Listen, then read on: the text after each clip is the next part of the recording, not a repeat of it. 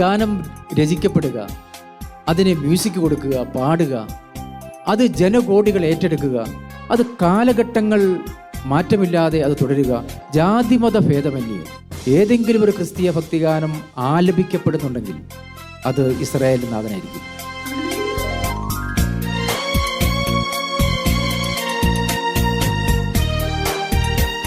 നാലായിരത്തിലധികം ക്രിസ്തീയ ഭക്തിഗാനങ്ങൾക്ക് രചന നിർവഹിച്ച Shri baby John Kalayanthani ഇതിൻ്റെ രചന നിർവഹിച്ചു. ഇത് 4000-ലധികം ക്രിസ്ത്യൻ ഭക്തിഗാനങ്ങൾക്ക് സംഗീതം പകർന്ന അനുഗ്രഹീതനായ ദൈവം തൊട്ടിട്ടുള്ള ശ്രീ പീറ്റർ ചേരാനല്ലൂരാണ് ഇതിന് മ്യൂസിക് നൽകിയത്. അതുകൊണ്ട് ഇനി കൂടുതൽ അതിൻ്റെ വിശേഷങ്ങൾ നമുക്ക് അവരെയും കൂടി ഉൾപ്പെടുത്തി നമുക്ക് ചർച്ച ചെയ്യാം. അപ്പോഴാണല്ലോ അതിൻ്റെ ഒരു ഭംഗിയാവുക. തീർച്ചയായും മർക്കോസ് ചേട്ടൻ, നമുക്ക് അവരെയും കൂടെ ഈ ഫ്ലോറിലേക്ക് നമുക്ക് സ്നേഹപൂർവ്വം സ്വാഗതം ചെയ്യാം.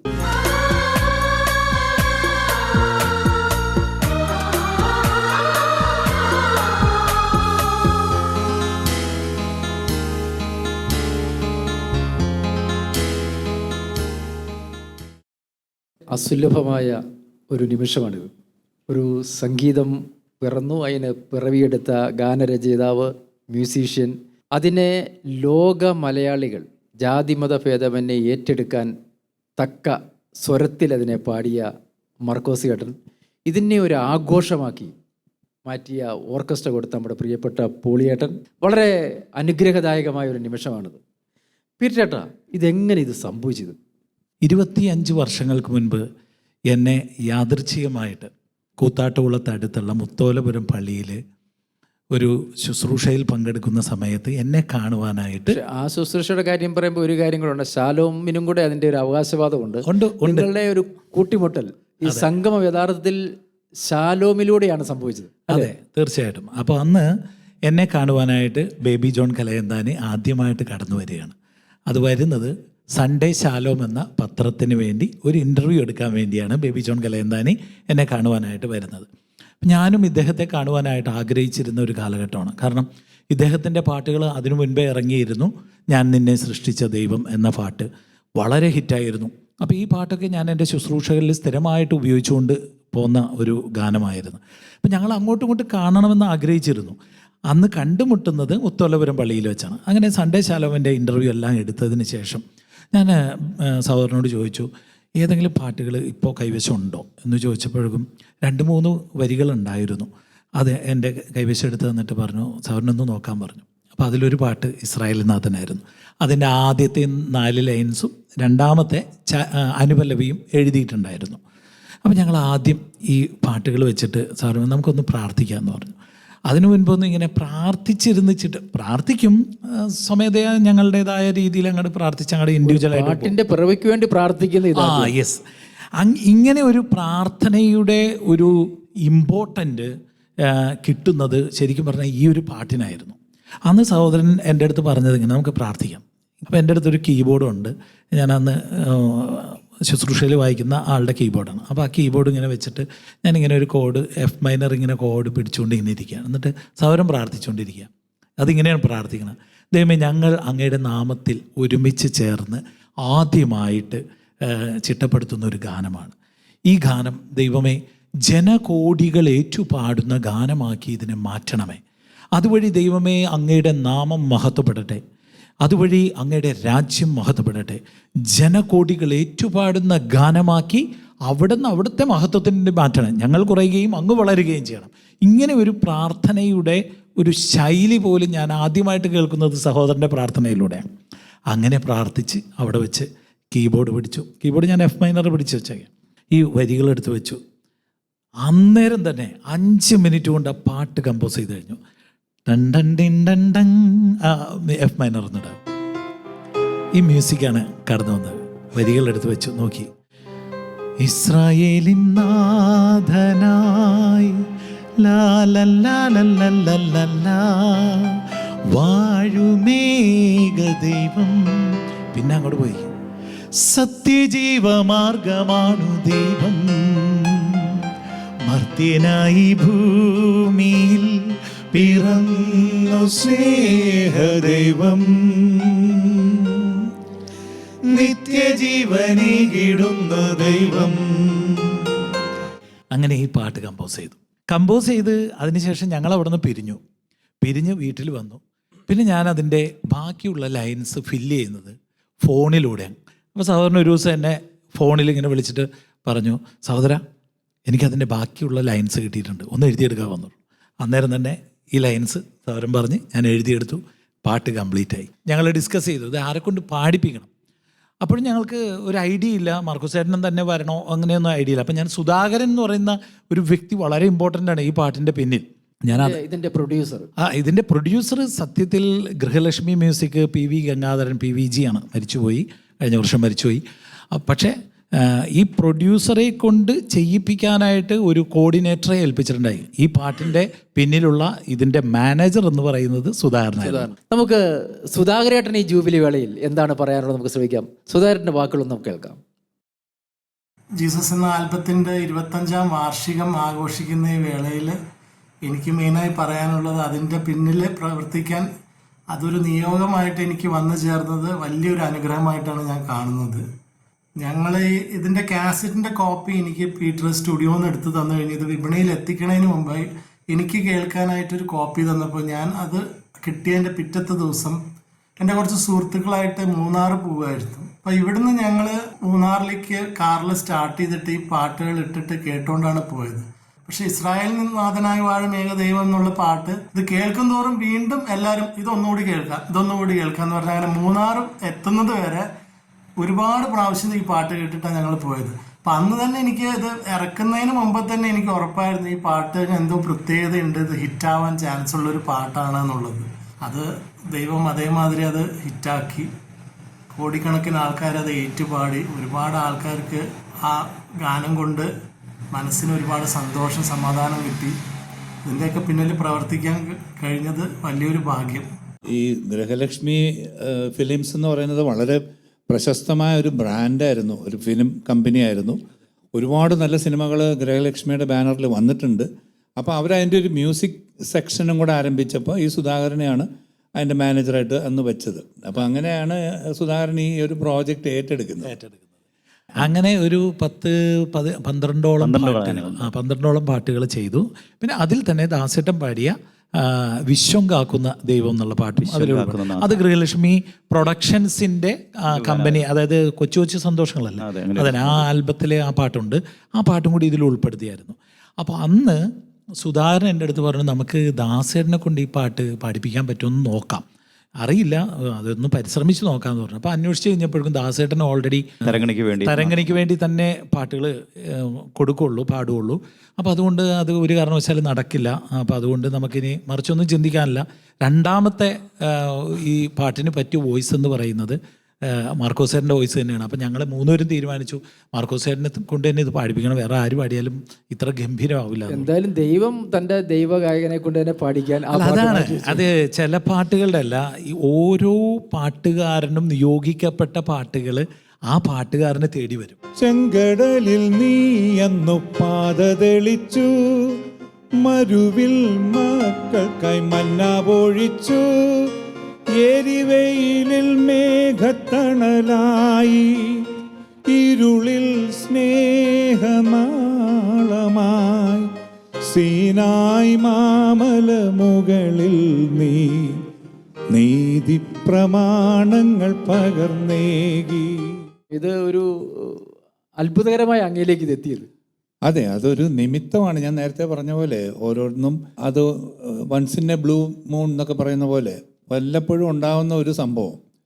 അത് ഇത്രത്തോളം ഇങ്ങനെ ഹിറ്റാവുമെന്നോ അല്ലെങ്കിൽ ഇത്രയും നന്നായിട്ട് അത് ചെയ്യാൻ പറ്റുമെന്നോ, ഇതിനുള്ള ഒരു ഗുണം എന്താണെന്ന് വെച്ചാൽ അതിൻ്റെ പാട്ട് നന്നായിരുന്നു, വരികൾ നന്നായിരുന്നു, മ്യൂസിക് നന്നായിരുന്നു, റെക്കോർഡിങ് നന്നായിരുന്നു, ഓർക്കസ്ട്രേഷൻ നന്നായിരുന്നു. അത് എന്ന് വെച്ചാൽ പീറ്ററിൻ്റെ പല പാട്ടുകളിലും ഉള്ളൊരു ഗുണം എന്താണെന്ന് വെച്ചാൽ അതുവരെ ഉണ്ടായിരുന്ന ക്രിസ്തീയ ഗാനങ്ങൾ എടുത്ത് നോക്കിയാൽ അതിനകത്ത് സോളോ ആണെങ്കിൽ സോളോ മാത്രമേ കാണുള്ളൂ, ബാക്കിയൊക്കെ ഓർക്കസ്ട്രേഷനാണ്.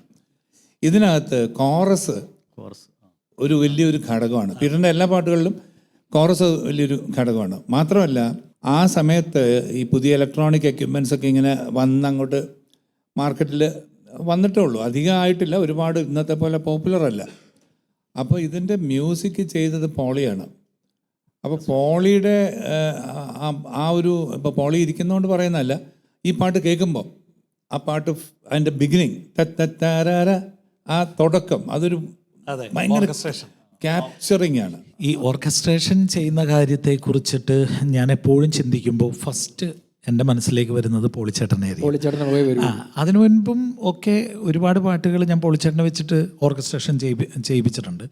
പക്ഷേ ഈ ഒരു പാട്ടിന് പോളിച്ചേട്ടന് വേണം എന്നുള്ള ഒരു നിർബന്ധം എനിക്കുണ്ടായിരുന്നു. കാരണം അങ്ങനത്തെ ഒരു സ്റ്റൈൽ ക്രിയേറ്റ് ചെയ്യാൻ പറ്റിയ ആൾ പോളിച്ചേട്ടൻ തന്നെയാണെന്ന് മനസ്സിൽ വന്നു. ഞാൻ അങ്ങനെ പോളിച്ചേട്ടൻ്റെ കയ്യിലേക്ക് ഇത് കൊടുത്ത് മൂളി കൊടുത്ത് എല്ലാം കൊടുത്തു.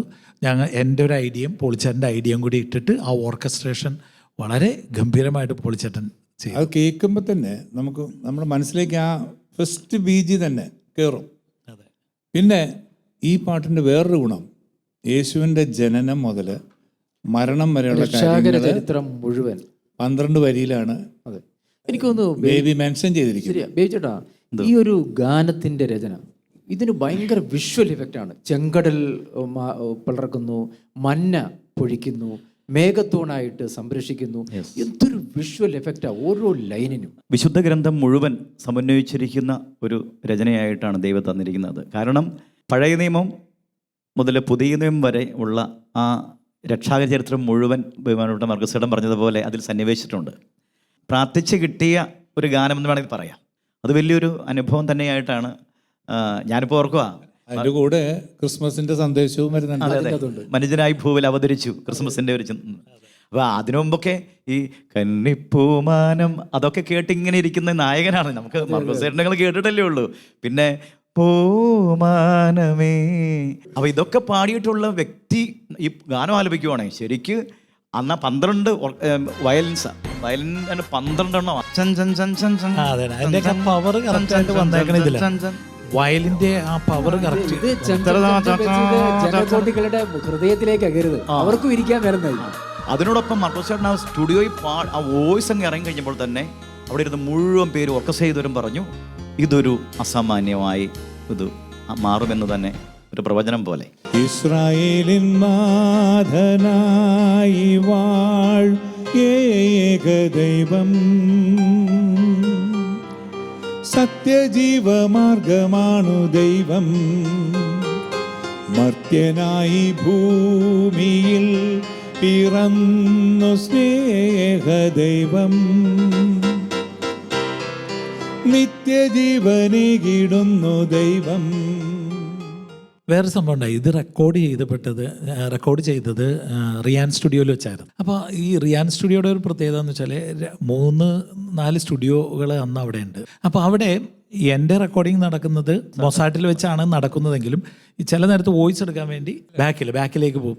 അപ്പോൾ അങ്ങോട്ടും ഇങ്ങോട്ടും മാറുന്ന സമയത്ത് അപ്പുറത്ത് മിമിക്രിക്കാരുടെ എന്തെങ്കിലും മിമിക്രി കാസറ്റോ അങ്ങനെ എന്തെങ്കിലുമൊക്കെ ആയിരിക്കും. അപ്പോൾ അവിടെ ഒത്തിരി മിമിക്രി ആർട്ടിസ്റ്റുമാരൊക്കെ വന്നിട്ട് ഈ പാട്ടിങ്ങനെ കേട്ടപ്പോൾ അവർ പറയുകയാണ് ഇതുവരെ കേട്ടതിൽ നിന്നും വളരെ വ്യത്യസ്തമായിട്ട് ഒരു ശൈലിയാണല്ലോ ഈ പാട്ട്, ഇത് വമ്പൻ ഹിറ്റാണ് കേട്ടോ. മിമിക്രി ആർട്ടിസ്റ്റുമാർ അന്ന് പറഞ്ഞത് എനിക്ക് ഓർമ്മയുണ്ട്. എനിക്ക് തോന്നുന്നു അതിനു മുമ്പ് ബേബി ചേട്ടൻ ആദ്യമേ പ്രാർത്ഥിച്ച ഒരു പ്രാർത്ഥനയുണ്ട്, ഇത് ജനകോടികൾ ഇത് ഏറ്റെടുക്കണമേ. ആ പ്രാർത്ഥന തന്നെ ഭരിച്ചതുപോലെയാണ് അല്ല, അത് സത്യം. പിന്നെ വേറൊരു കാര്യമുണ്ട്, ഈ പാട്ട് റെക്കോർഡ് ചെയ്യപ്പെട്ടതിന് ശേഷം പിന്നീട് ഇത് റിംഗ് ടോൺസ് ആയിട്ട്, കോളർ ടോൺസ് ആയിട്ട്, പിന്നെ വിവാഹ സി ഡികളുടെ കോളിംഗ് ബെല്ല് പോലും കോളിംഗ് ബെല്ല് വിവാഹ സി ഡികളിൽ അന്നത്തെ ഈ ഇതാണ് കാസറ്റാണ്, വീഡിയോ കാസറ്റുകൾ, പിന്നെ സി ഡികളും അതിലൊക്കെ ഒഴിച്ചുകൂടാൻ വയ്യാത്ത പാട്ട്. ബാൻഡ് സെറ്റ് പുറമെ 2-3 ഭാഷയിൽ മാറ്റി ചെയ്തു. പീറ്ററേട്ടൻ മർക്കോസേട്ടനെ ആദ്യം ചിന്തിച്ചിട്ടില്ല, യേശുദാസിനാണ് ചിന്തിച്ചത്. പക്ഷേ ഈ അരിമണിയില് മർക്കോസേട്ടന്റെ പേര് തന്നെയാണ് എഴുതിയത്. അതെ, പക്ഷേ കൃത്യമായിട്ട് മർക്കോസേട്ടനിലേക്ക് എന്തുകൊണ്ട് പുള്ളി പറഞ്ഞല്ലോ, അപ്പം ദാസേട്ടൻ അന്ന് തരങ്കണിക്കേ പാടുള്ളൂ, പിന്നെ അമേരിക്കയിലാണ്, ഇടയ്ക്കിടയ്ക്ക് അമേരിക്കയ്ക്ക് പോകും. അപ്പോൾ അങ്ങനെ കിട്ടാനുള്ള അവൈലബിലിറ്റി ഒക്കെ കുറവായിരുന്നു. അപ്പോൾ അടുത്ത ഇത് പോയത് എൻ്റെ പേരാണ്. അപ്പോൾ അത് തന്നെ വലിയൊരു കാര്യമല്ലേ. ദൈവം അത് ഈ നേരത്തെ പറഞ്ഞ പോലെ അത് എഴുതിയിരിക്കുന്നത് എനിക്കായിരുന്നു. എഴുതിയിരിക്കുന്നത് മാർക്കോസ് എന്ന പേര്. വേറെ കാര്യമുണ്ട്, ആ കാലഘട്ടങ്ങളിൽ ഇറങ്ങിയിരുന്ന എൻ്റെ ഒട്ടുമിക്ക പാട്ടുകളിലും ഫസ്റ്റ് വരുന്ന പാട്ട് മാർക്കോസിൻ്റെ പാട്ടായിരിക്കും, പ്രപഞ്ച സൃഷ്ടാവിൻ. അത് ഫസ്റ്റായിരുന്നു ആ ആൽബത്തിൽ. അതുപോലെ 1000 സൂര്യഗോളങ്ങൾ, നസ്രായൻ, എമ്മാനുവൽ എമ്മാനുവൽ അതൊക്കെ ഈ പറഞ്ഞ പോലെ ആ ആൽബത്തിൽ എപ്പോഴും മാർക്കോസിന്റെ പാട്ടേ ഫസ്റ്റ് ഇടാറുള്ളൂ. കാരണം ആ അല്ല, ജനവും അങ്ങനെ തന്നെ ആയിരുന്നു പ്രതീക്ഷിക്കുന്നത് അങ്ങനെ തന്നെ. അവർ നോക്കുന്നത് കാസറ്റ് ആയിരുന്ന കാലത്ത് 10 പാട്ടിൻ്റെ ഒരു കാസറ്റ്, ആദ്യകാലങ്ങളിൽ ഇറങ്ങിയിരുന്ന കാസറ്റുകളിൽ 10 പാട്ടായിരുന്നു. അപ്പോൾ ആദ്യത്തെ പാട്ട് കേട്ടു തിരിച്ചിടും. ആദ്യത്തെ പാട്ടിലേക്കാണ് ആള് ഒന്നാമത്തെ പാട്ട് ആദ്യം കേൾക്കും. അങ്ങനെയാണ് പാട്ടിന്റെ കാസറ്റ് കേൾക്കാം. അത് കഴിഞ്ഞിട്ട് അതൊന്ന് തിരിച്ചിടാൻ പറയും. തിരിച്ചിടുമ്പോഴേക്കും ഏറ്റവും ലാസ്റ്റ് പോർഷനിലായിരിക്കും വരുന്നത്. ആ ലാസ്റ്റ് പോർഷൻ തീരുന്നത് മാർക്കോസേന്റെ ഏതെങ്കിലും പാട്ടായിരിക്കും. അപ്പൊ ഇതുപോലെ ഈ ജീസസ് എന്ന ആൽബത്തിലെ ആദ്യത്തെ പാട്ട് മാർക്കോസേന്റെ, തിരിച്ചിടുമ്പോൾ ലാസ്റ്റ് പാട്ട് ഏതാണെന്നറിയോ? ആകാശം മാറും ഭൂതലവും മാറും ആദി മുതൽക്കേ മാറാതുള്ളത് നിൻ വചനം മാത്രം. അത് മാർക്കോസേട്ടൻ പാടിയതാണ്. ഇതെല്ലാം ഒരു സമയത്ത് ഭയങ്കര ഹിറ്റുകളായിരുന്നു. അതെ, ഈ പറഞ്ഞ പോലെ എമ്മാനുവേൽ എമ്മാനുവേൽ നിന്നോട് കൂടെ വാഴുന്നു, രാവും പകലും വാഴുന്നു, ദൈവം നിന്നിൽ വാഴുന്നു. മാർക്കോസ് സാർ പറഞ്ഞ പോലെ ഇതിൻ്റെ ഒരു തുടക്കം മുതൽ ഗംഭീരമാണ് ഇതിൻ്റെ ഓർക്കസ്ട്രേഷൻ എന്ന് പറയുന്നത്. ഈ പാട്ടിന് മാത്രം ഒരു ജനറേഷൻ ഗ്യാപ്പില്ല എന്ന് പറഞ്ഞാൽ അത് എല്ലാ തലമുറയും ഇതങ്ങ് ഏറ്റു പാടുക, ജാതിമത ഭേദമന്യേ. പൊളിയേട്ടാ, എങ്ങനെയാണ്, എന്താണ് അങ്ങയുടെ അനുഭവങ്ങൾ? വളരെ സന്തോഷം തോന്നുന്നു, പിന്നെ അഭിമാനം തോന്നുന്നു, പിന്നെ ദൈവം എന്നെ കാത്തുപരിപാലിക്കുന്ന ആ ഒരു ഫീല് ഭയങ്കരമായിട്ടുണ്ട്. കാരണം ഇസ്രായേൽ നാഥൻ എന്നുള്ള പാട്ടാണ് ശരിക്ക് എന്നെ ഒരു ഓർക്കസ്ട്രേറ്റർ എന്ന നിലയ്ക്ക് എല്ലാവരും പറയുന്നത്. കാരണം ഇസ്രായേൽ നാഥൻ ഓർക്കസ്ട്ര ചെയ്ത ആളെ കൊണ്ട് നമുക്ക് ഈ പാട്ട് ഓർക്കസ്ട്ര ചെയ്യിക്കാം എന്നാണ് പറയുക. അത് വലിയൊരു അനുഭവമായിട്ട് എനിക്ക് ഫീൽ ചെയ്തിട്ടുണ്ട്. വലിയൊരു ദൈവാനുഗ്രഹവും അത് എനിക്ക് ലഭിച്ചിട്ടുണ്ട്. അതിനൊക്കെ നിമിത്തമായിട്ടുള്ളതാണ് പീറ്ററും ബേബി ജോണും. എനിക്ക് അത്ഭുതം തോന്നിയിട്ടുണ്ട്. സാധാരണ 2 ദിവസം നമ്മൾ ഒരുമിച്ചിരുന്ന് വർക്ക് ചെയ്ത് കഴിഞ്ഞാൽ രണ്ടാമത്തെ ദിവസം വൈകിട്ടാകുമ്പോഴേക്കും നമുക്ക് കഴിഞ്ഞാൽ മതിയെന്ന് തോന്നുന്ന ഒരു ഫീലിംഗ് ആണ്. പക്ഷെ അതറിയില്ല, അങ്ങനെ വിചാരിച്ചിട്ട് തന്നെയാണ് ഇരുന്നത്, ഒരു പാട്ട് കൂടി ഉണ്ടല്ലേ എന്നുള്ള വിചാരിച്ചിട്ട്. പക്ഷേ ഞങ്ങൾ രണ്ടാളും, എനിക്കറിയില്ല എങ്ങനെയത് എനർജി, നമുക്ക് ഭയങ്കരമായിട്ട് അതിൻ്റെ ഒരു ഫീലിംഗ് കിട്ടി. എനിക്ക് വളരെ അതിൻ്റെ കോറസിൻ്റെ പോർഷൻ പീറ്റർ പറഞ്ഞിട്ടുണ്ടായിരുന്നു ഇന്ന പോലെ ചെയ്യാമെന്നുള്ളത്. അതേ പ്രകാരം ഞാൻ ചെയ്തു. ഇൻട്രൊഡക്ഷൻ ചെയ്തു, പല്ലവി കഴിഞ്ഞു, നേരെ അഫ്സലിനെ കേൾപ്പിച്ചു. അഫ്സൽ അതിൻ്റെ ഒരു ഭംഗിയുള്ളൊരു പാറ്റേൺ, അത് വളരെ ബ്യൂട്ടിഫുൾ ആയിട്ടുള്ളൊരു പാറ്റേൺ അത് വന്നു. അതിനനുസരിച്ചിട്ട് ബേസ് ഗിറ്റാർ തന്നെ ഈ കീബോർഡിൽ തന്നെയാണ് അത് വായിച്ചത്. അതും പലരും അത്ഭുതത്തോട് ചോദിക്കാറുണ്ട്, ഇതിൽ ബേസ് ഗിറ്റാർ ആരോ വായിച്ചതെന്ന് ചോദിക്കാറുണ്ട്. സത്യത്തിൽ ആരും വായിച്ചല്ല, ഇതിൽ ഞാൻ പ്ലേ ചെയ്തതാണ്. പക്ഷെ അത് മിക്സ് ചെയ്ത നമ്മുടെ KT ഫ്രാൻസിസ്, അന്ന് റിയാൻ സ്റ്റുഡിയോയിലത്തെ, വാഴക്കാല സ്റ്റുഡിയോയിലത്തെ റെക്കോർഡിസ്റ്റും എഞ്ചിനീയറും ആൾ തന്നെയായിരുന്നു. വളരെ ബ്യൂട്ടിഫുള്ളായിട്ട് അത് ചെയ്തിട്ടുള്ളത്. അതിനെ അങ്ങനെ പറയുമ്പോൾ എല്ലാ നിമിത്തങ്ങളും, എല്ലാ ദൈവാനുഗ്രഹവും ആ പാട്ടിൽ വന്നിട്ടുണ്ട്. അത് ഇപ്പോഴും എന്താ പറയുക, ദൈവത്തോട് കടപ്പാടുണ്ട്. പീറ്ററിനോടും ബേബി ജോണിനോടും മാർക്കോസേട്ടനോടും എല്ലാവരോടും ഭയങ്കര കടപ്പാട് തോന്നിയിട്ടുള്ളൊരു പാട്ടാണ്. നമുക്ക് അതിൻ്റെ യഥാർത്ഥ ഗായകൻ ശ്രീ KG മാർക്കോസിലൂടെ നമുക്ക് ഒരിക്കൽ കൂടി നമുക്ക് കേൾക്കാം. തീർച്ചയായിട്ടും 25ാം വർഷമല്ലേ, അപ്പം നമുക്ക് ഇതൊരു ആഘോഷമാണ്, നമ്മൾ ആഘോഷിച്ച് തന്നെ പാടായത്, നമുക്ക് ആഘോഷിക്കളയാം. ഇസ്രായേലിൻ നാഥനായി വാഴ് ഏകദൈവം, സത്യജീവമാർഗമാണു ദൈവം, മർത്യനായി ഭൂമിയിൽ പിറന്നു സ്നേഹദൈവം, നിത്യജീവനേകിടുന്നു ദൈവം, ആബാപിതാവേ ദൈവമേ, അവിടുത്തെ രാജ്യം വരേണമേ, അങ്ങേ തിരുഹിതം ഭൂമിയിൽ എന്നെന്നും നിറവേറിടേണമേ. മാർക്കോസേട്ട്, അന്ന് ആ പാട്ട് കയ്യിൽ കിട്ടുമ്പോൾ, അതിൻ്റെ മ്യൂസിക് കയ്യിൽ കിട്ടുമ്പോൾ അതിൻ്റെ എല്ലാ അർത്ഥവും അറിഞ്ഞു തന്നെയായിരുന്നു അന്ന് പാടാൻ കഴിഞ്ഞത്? അത് തീർച്ചയായിട്ടും. കാരണം ഞാൻ ഏത് പാട്ട് പാടുമ്പോഴും ഒരു ക്രിസ്തീയ ബേസ് ഉള്ളതുകൊണ്ട് ഈ പാട്ട് പാടുമ്പോഴും സാധാരണ ഞാൻ പാടുന്ന ക്രിസ്തീയ ഗാനങ്ങൾ പോലെ ആയിരുന്നില്ല. ഒന്നാമത് ആ ഓർക്കസ്ട്രേഷൻ തന്നെ നമുക്ക് ഞാൻ പറഞ്ഞില്ല, നമുക്ക് ഒരു നല്ല ഒരു ഗ്രിപ്പ് കിട്ടുന്ന ഒരു ഓർക്കസ്ട്രയാണ്. അപ്പോൾ ആ ഒരു മൂഡിൽ തന്നെയാണ് നമ്മൾ പാടുന്നത്. 2, അതിനകത്ത് വന്ന വരികളും അതിന് കൊടുക്കേണ്ട ചില ഫീലിങ്സും അപ്പം നമുക്കറിയാം. ബൈബിൾ അറിയാവുന്നതുകൊണ്ട് നമുക്കറിയാം എവിടെയൊക്കെ എന്തൊക്കെ ആണ് ഉദ്ദേശിക്കുന്നത്. അപ്പോൾ ആ ഒരു ഫീലോട് കൂടി തന്നെയാണ് പാടിയത്. പക്ഷേ ഇങ്ങനെ ഒരു സൂപ്പർ ഹിറ്റാകും എന്നുള്ള ധാരണയൊന്നും അന്നേരം ഇല്ലായിരുന്നു. ഒരു നല്ല പാട്ട് പാടി എന്നുള്ളൊരു ഫീല് മാത്രമേ ആദ്യം ഉണ്ടായിരുന്നുള്ളൂ. പക്ഷേ ഇത് ഇറങ്ങി എനിക്ക് തോന്നുന്നു ഒരു ഒരാഴ്ച 2 ആഴ്ച ആയപ്പോഴത്തേക്കും പിന്നെ അത് റോക്കറ്റ് പോകുന്ന പോലെ അങ്ങ് പോവുക. ഒരു ഇതിഹാസ ഗാനമാണത്. ഈ ഗാനമേള സദസ്സിലൊക്കെ ചെല്ലുമ്പോൾ ഇനിയിപ്പോൾ പിന്നെ ഗാനമേള എന്ന് പറഞ്ഞാൽ മുസ്ലിം ആഘോഷങ്ങൾക്ക് പങ്കെടുക്കുമ്പോൾ പോവും, ഹൈന്ദവ ആഘോഷങ്ങൾ, അവിടെയൊക്കെ ഈ പാട്ട് പാടാം. അവിടെ പാടിച്ചിട്ടുണ്ട്, എന്നെ കൊണ്ട് ചില പിന്നെ മുസ്ലിം പള്ളികളിൽ പാടിച്ചിട്ടുണ്ട് അവരുടെ. എനിക്കൊന്ന് അങ്ങനെ പാടപ്പെട്ട ഒരു ഗാനം ഇത് തന്നെയായിരിക്കും. തീർച്ചയായും. ഇത് പറഞ്ഞപ്പോൾ ഒരു സങ്കടമുള്ള ഒരു കാര്യം, അതായത് ഈ പാട്ട് എഴുതിയത് ബേബി ജോൺ കലയന്താനിയാണെന്ന് നാട് മുഴുവനും സകലർക്കും അറിയാം. പക്ഷേ നമ്മൾ ഗൂഗിളിൽ അടിച്ചു നോക്കുമ്പോൾ ഇത് എഴുതിയത് വേറൊരാളുടെ പേരിലാണ് കിടക്കണം. എനിക്ക് തോന്നണേ പീറ്റർ കെ ജോസഫ് എന്നാണെന്ന് തോന്നണത്. ഗൂഗിള് തെറ്റിച്ചാലും ആര് തെറ്റിച്ചാലും ഈ ഇസ്രായേൽ നാഥൻ എന്ന ഗാനം കേൾക്കുന്നവർ ഒരിക്കലും മറക്കാത്ത ഒരു മുഖം തന്നെയാണ്. അതെ, ഈ അത്ഭുതകരമായ രചന നിർവഹിച്ച കരങ്ങളുള്ള ഇത് ദൈവത്തിൻ്റെ കയ്യൊപ്പുള്ള ഒരു വരികളാണ്. അതുപോലെ അതിന് വന്നിരിക്കുന്ന സംഗീതവും ഓർക്കസ്ട്രേഷനും ആലാപനവും ഒക്കെ ഇത് ദൈവത്തിൻ്റെ കയ്യൊപ്പാണ്. അപ്പം അതുകൊണ്ട് തന്നെ ഇത് ഇന്ന് ലോകമെമ്പാടും, ഞാൻ പറഞ്ഞല്ലോ, ലോകമെമ്പാടും ജാതി മത ഭേദമന്യേ, രാഷ്ട്രീയ ഭേദമന്യേ ഈ പാട്ട് എടുത്ത് പാടുകയാണ്. അതുകൊണ്ടാണ് ഇത് ഗാനമേളകളിലും മതസൗഹാർദ്ദ ചടങ്ങുകളിലും ഒക്കെ ഒഴിവാക്കാനാവാത്ത പാട്ടായിട്ട് മാറിയതിന് ഏറ്റവും പ്രധാനമായിട്ടുള്ള ഒരു ഘടകം എന്ന് പറയുന്നത് അത് തന്നെയാണ്. തീർച്ചയായിട്ടും എനിക്ക് തോന്നുന്നു അതൊരു അത്ഭുതകരമാണ്, അത്ഭുതം. അതിൽ തന്നെ എനിക്ക് തോന്നുന്നു പ്രപഞ്ച സൃഷ്ടാവിൻ നാമം, അതും ഇതുപോലെ തന്നെ വലിയ ഒരു തരംഗമായിട്ടുള്ള ഒരു ഗാനം. ആ പാട്ട് കേട്ടാൽ അത് KG മാർക്കോസ് അല്ലാണ്ട് വേറെ ആരും പാടിയാൽ ശരിയാവില്ല എന്ന് തോന്നുന്ന രീതിയിലുള്ള ഒരു പാട്ടാണ്. ഈ പാട്ട് ഇതുപോലെ തന്നെ സുധാകരൻ ആദ്യമായിട്ട് കമ്പനി സ്റ്റാർട്ട് ചെയ്തപ്പോൾ കൊടുത്താണ്. ഇതല്ല, അതിന് തൊട്ട് മുമ്പ് ക്രൈസ്റ്റ് എന്ന് പറഞ്ഞ ഒരു ആൽബം ഇറങ്ങി. ജീസസ് കഴിഞ്ഞു, അത് കഴിഞ്ഞ് ക്രൈസ്റ്റ് എന്ന് പറഞ്ഞ ആൽബം ഇറങ്ങി. അതും സുധാകരനാണ്, രാഗസുധ മ്യൂസിക്കാണ് പ്രൊഡ്യൂസ് ചെയ്തത്. അത് കഴിഞ്ഞിട്ടാണ് ജീസസ് ക്രൈസ്റ്റ്. അതിലാണ് പ്രപഞ്ച സ്രഷ്ടാവിൻ എന്നുള്ള പാട്ട് മാർക്കോസേട്ടൻ പാടിയത് ഉള്ളത്. അത് മെയിൽ വേർഷൻ മാർക്കോസേട്ടൻ പാടി, ഫീമെയിൽ വേർഷൻ സുജാത പാടി. അതുപോലെ ഇസ്രായേലിൻ നാഥൻ മെയിൽ വേർഷൻ മാർക്കോസേട്ടനാണെങ്കിലും അന്ന് ഗായത്രിയാണ് ഫീമെയിൽ വേർഷൻ പാടിയത്. പക്ഷേ അത് അന്ന് കാസറ്റിലേ ഉണ്ടായിരുന്നുള്ളൂ, CD-യിലില്ലായിരുന്നു. CD-കളിൽ ഉൾപ്പെടുത്താതിരുന്നത് കൊണ്ട് ആ വേർഷൻ ആരും കേട്ടില്ല. അതുപോലെ ഈ മാർക്കോസേട്ടൻ പാടിയ പ്രപഞ്ച സ്രഷ്ടാവിൻ അത് വളരെ ഹിറ്റാണത്. ഒത്തിരി വേളകളിൽ പാടുന്ന ഒരു പാട്ട്. അതും ഈ പറഞ്ഞ പോലെ അതിന്റെ ഓർക്കസ്ട്രേഷൻ ഭയങ്കര, അതിന്റെ ഓർക്കസ്ട്രേഷനും നമ്മുടെ പൊളിയാട്ടം തന്നെയാണ്.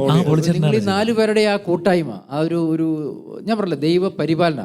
മർക്കോസേട്ടൻ പൂമാനമേ എന്ന് പാട്ട് കത്തി നിൽക്കുന്ന സമയത്താണ് ആക്സിഡന്റ് ആകുന്നത്. ഇല്ലെങ്കിൽ സിനിമയുടെ മറ്റൊരു തലങ്ങളിലേക്ക് അങ്ങ് എന്തായാലും മാറ്റപ്പെടും എന്നുള്ള ഒരു തർക്കവും ഇല്ലാത്തൊരു കാലഘട്ടമാണ്.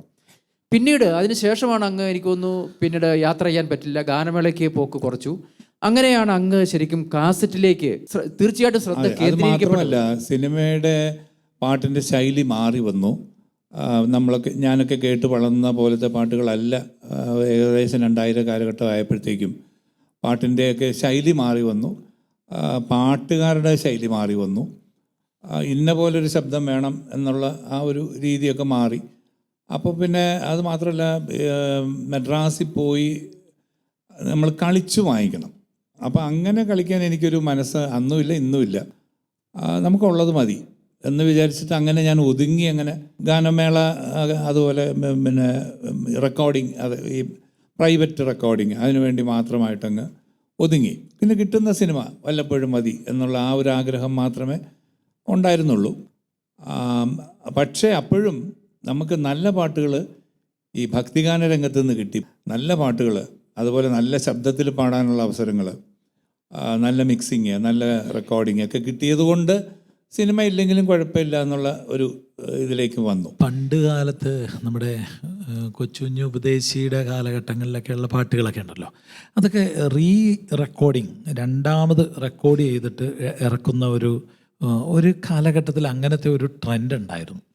ആ ട്രെൻഡിൽ ഏറ്റവും കൂടുതൽ പാട്ടുകൾ, പഴയ പാട്ടുകളെല്ലാം പാടിയിരിക്കുന്നത് മാർക്കോസേട്ടനാണ് ഏറ്റവും കൂടുതൽ പാടിയിരിക്കുന്നത്.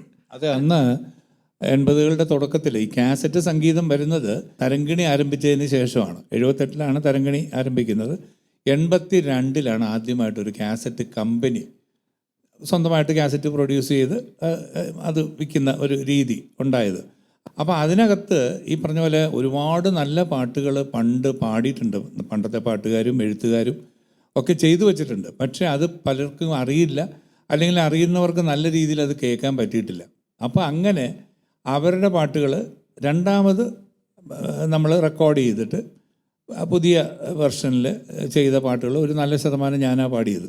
പാട്ടുകൾ ഞാൻ രണ്ടാമത് എൻ്റെ വോയിസിൽ പാടിയപ്പോഴാണ് പലപ്പോഴും ആൾക്കാർ കേട്ട് ഇങ്ങനെയുള്ള പാട്ടുകൾ ഉണ്ടോ എന്നുള്ളൊരു ധാരണ വന്നത്. ഇതിൻ്റെ അകത്ത് ഏറ്റവും പ്രധാനപ്പെട്ടൊരു കാര്യം, നിങ്ങൾ ഇരിക്കുന്ന 3 പേരും എനിക്ക് തോന്നുന്നു ഓരോ മേഖലകളിൽ എനിക്ക് തോന്നുന്നു ഒരു റെക്കോർഡ് ചിലപ്പോൾ സൃഷ്ടിക്കപ്പെട്ട ആളുകളാണ്.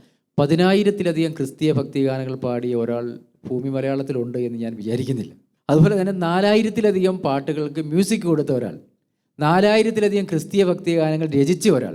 ശരിക്കും ഈ ഒരു അത്ഭുതം എന്നേ പറയാം. ദൈവത്തിൻ്റെ വലിയൊരു കൂട്ടിച്ചേർക്കലാണ് നിങ്ങളെ ഒരുമിപ്പിച്ചത്.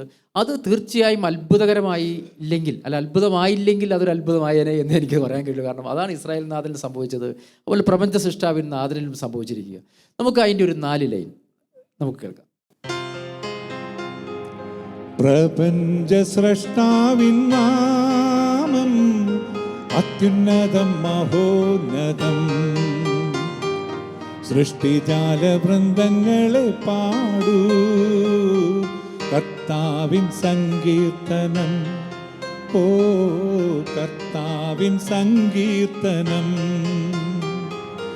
ആകാശത്തിൻ കീഴിലെ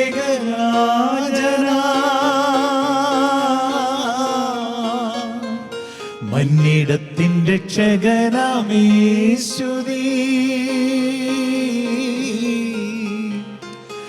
ആകാശത്തിൻ കീഴിൽ ഏകരാജനായി മന്നിടത്തിൻ രക്ഷകനാമേശുദീ.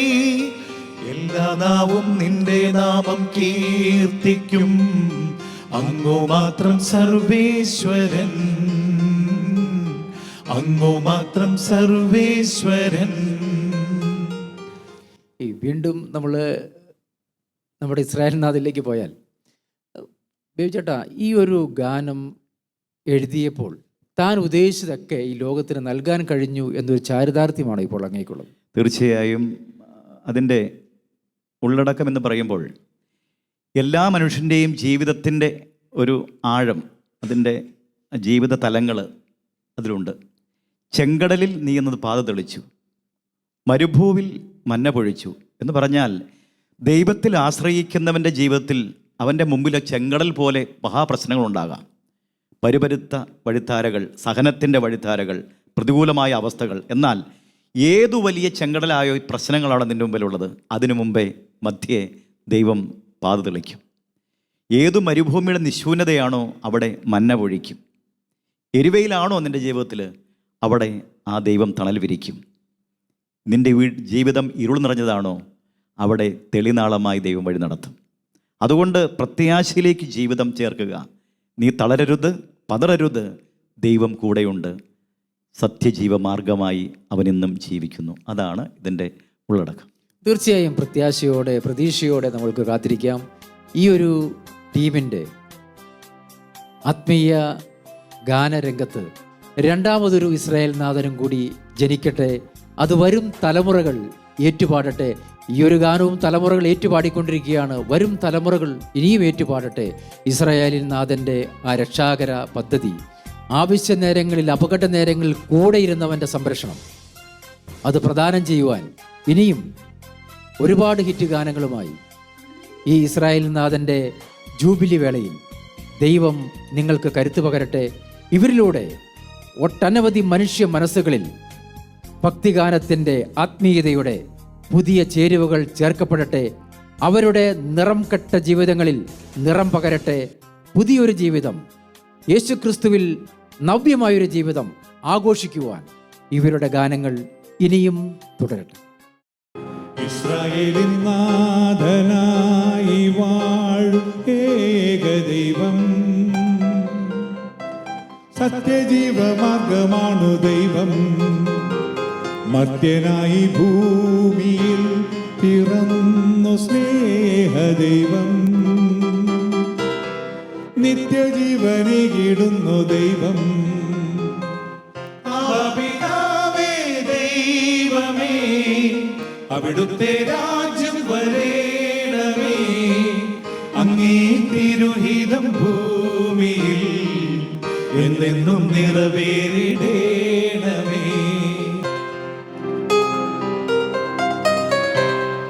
ചെങ്കടലിൽ നീ അന്നു പാത തെളിച്ചു, മരുവിൽ മക്കൾക്കായി മന്ന പൊഴിച്ചു, എരിവെയിലിൽ മേഘത്തണലായി, ഇരുളിൽ സ്നേഹനാളമായി, സീനായ് മാമല മുകളിൽ നീ നീതി പ്രമാണങ്ങൾ പകർന്നേകി.